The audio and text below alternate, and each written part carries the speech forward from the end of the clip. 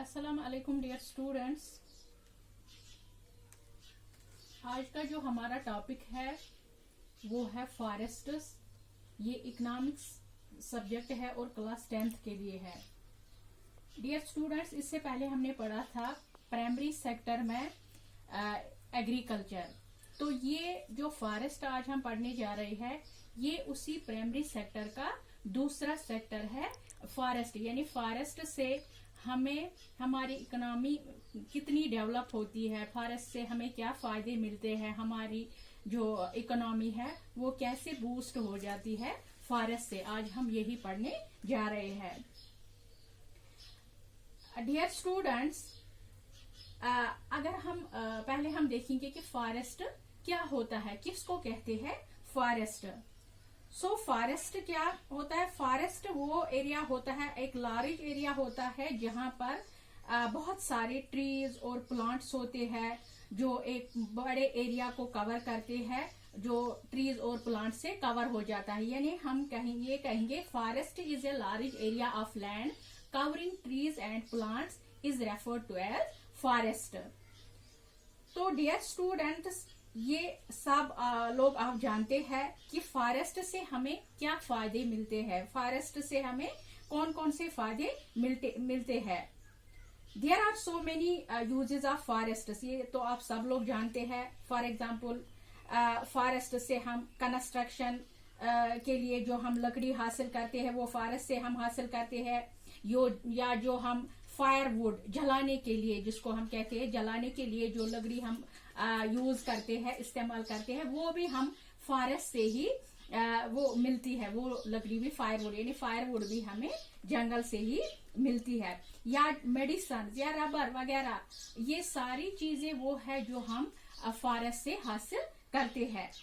अगर हम J&K union territory की बात करें या जे.एंड.के की जो फॉरेस्ट एरियाज है उनकी अगर हम बात करें, तो जहां तक जम्मू कश्मीर यूनियन टेरिटरी का ताल्लुक है, तो यहाँ जम्मू डिवीजन में भी, कश्मीर डिवीजन में भी, या लद्दाख अब अलग यूनियन टेरिटरी है, अब हमें इसके साथ कोई लेना देना नहीं है। लेकिन जो हमारी बुक है यूनियन टेरिटरी को 1 साल 1.5 साल हो गया, लेकिन 1 साल अभी 1 साल भी नहीं हुआ, लेकिन हमारी जो बुक है उसमें ये 3 डिवीजन्स है। यानी पहले ये एक ही थे, जम्मू कश्मीर और लद्दाख। उस टाइम लद्दाख हमारे साथ ही था, यानी जे.एंड.के के साथ था। तो हमारी बुक में अभी ये लद्दाख भी है। ये मैंने आपको यहाँ इसलिए दिखाया क्योंकि आपकी बुक में है लद्दाख भी है अलग डिवीजन, जे.एंड.के भी है अलग अलग डिवीजन। तो नहीं तो अगर कोई आज नई बुक होगी इस टाइम की यूनियन टेरिटरी के बाद जो बुक निकलेगी उसमें लद्दाख नहीं होगा, क्योंकि लद्दाख अब अलग यूनियन टेरिटरी है। तो जहां तक इस जम्मू डिवीजन का ताल्लुक है, जम्मू डिवीजन में जो फॉरेस्ट एरियाज है यानी वो है 12,066 स्क्वायर किलोमीटर। यानी जम्मू में जो जंगल है, जो फॉरेस्ट है, वो कितने एरिया पे है? 12,066 square kilometre. So we can say that 12,066 square kilometers of Jammu division are under forest area, and it is more as compared to Kashmir. Kashmir का कितना हिस्सा फॉरेस्ट के अंडर आता है? वो सिर्फ आता है 8,128 स्क्वायर किलोमीटर। यानी जम्मू में ज्यादा फॉरेस्ट है as compare to Kashmir. Kashmir में खाली 8,128 स्क्वायर किलोमीटर है जो कि फॉरेस्ट्स के अंडर आते हैं। इसी तरह लद्दाख की अगर हम बात करें, लद्दाख भी एक यूनियन टेरिटरी है, ये अलग यूनियन टेरिटरी है। वहां बहुत ही कम जो फॉरेस्ट एरिया है, फॉरेस्ट एरिया के अंडर जो एरिया आता है वो सिर्फ है 36 स्क्वायर किलोमीटर। यानी लद्दाख में सबसे कम फॉरेस्ट है, ओनली 36 स्क्वायर किलोमीटर है वहां का एरिया जो अंडर आता है, फॉरेस्ट के अंडर आता है। तो आप देखिए dear student, J and K union territory के बहुत सारे किस्म के फॉरेस्ट्स है। अगर हम पहले जम्मू की बात करें, जम्मू डिवीजन में जो लोअर फॉरेस्ट एरियाज है उनमें सब ट्रॉपिकल ड्राई डेसिडुअस जो ट्रीज पाए जाते हैं। उनमें कौन कौन सा ट्री आता है? उनमें आता है कोका आता है, ताली आती है या खेर आता है, एटसेट्रा, ये ट्रीज सारे उसमें आते हैं। तो इसी तरह इसके बाद हम देखेंगे कि जो फॉरेस्ट एरिया है जम्मू कश्मीर का, उसके जरिए अब हम देखेंगे कि हमें फॉरेस्ट से हमारी इकोनॉमी को किस तरह फायदा पहुंचता है। अब हम यही पढ़ने जा रहे हैं। तो जम्मू कश्मीर को इस फॉरेस्ट के जरिए इकोनॉमी को कैसे फायदा होता है। देखिए ये कैसे हमारी इकोनॉमी, J&K की इकोनॉमी फॉरेस्ट से बूस्ट होती है। लेकिन फॉरेस्ट जो है उसके जरिए हम जॉइनरी, जो आप देखते हैं जॉइनरी पुलाई बेस्ड जो आप ये बिजनेस देखते हो, उनका रुझान जो है वो फॉरेस्ट पर ही है। इसके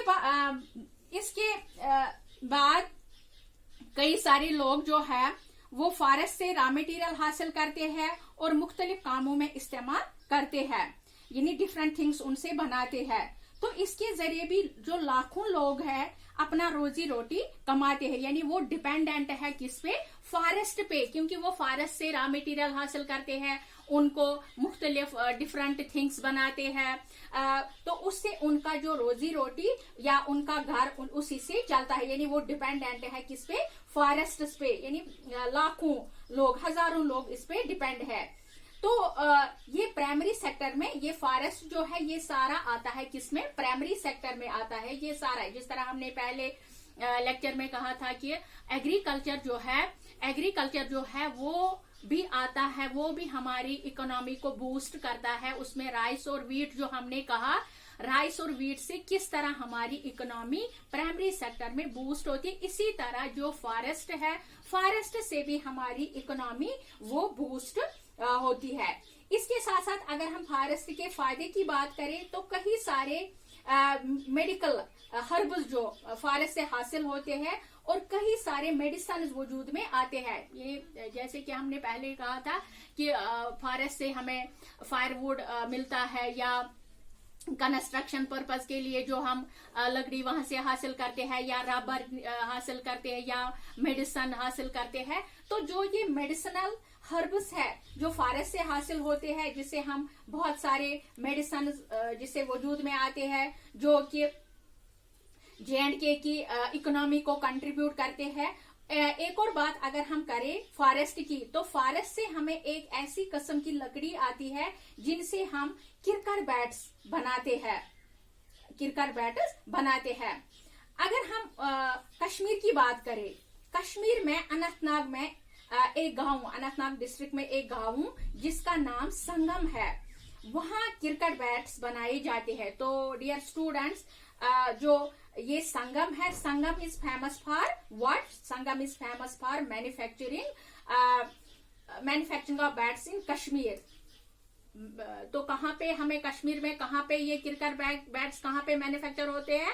ये अनंतनाग डिस्ट्रिक्ट है। अनंतनाग डिस्ट्रिक्ट में एक गांव है जिसका नाम है संगम, वहां पे ये क्रिकेट बैट्स बनाए जाते हैं। डियर स्टूडेंट्स, ये आप याद रखिए कि अगर आपसे पूछा जाएगा कि कश्मीर में सबसे ज्यादा क्रिकेट बैट्स किस डिस्ट्रिक्ट में बनाई जाती है, अगर आपसे ये क्वेश्चन पूछा जाएगा, एग्जाम में पूछा जाएगा या ऐसे ही कोई पूछेगा, तो आप वो डिस्ट्रिक्ट कौन सा है, वो डिस्ट्रिक्ट है अनंतनाग। और अगर आप विलेज वाइज आपसे कोई पूछेगा कि किस विलेज में सबसे ज्यादा बैट्स बनाए जाते हैं, तो विलेज के लिहाज से संगम विलेज है, वहां सबसे ज्यादा क्रिकेट बैट्स बनाए जाते हैं। तो डियर स्टूडेंट्स, ये था प्राइमरी सेक्टर का दूसरा सेक्टर जो हमारी इकोनॉमी को बूस्ट करता है और जो हमारी इकोनॉमी को कंट्रीब्यूशन देता है।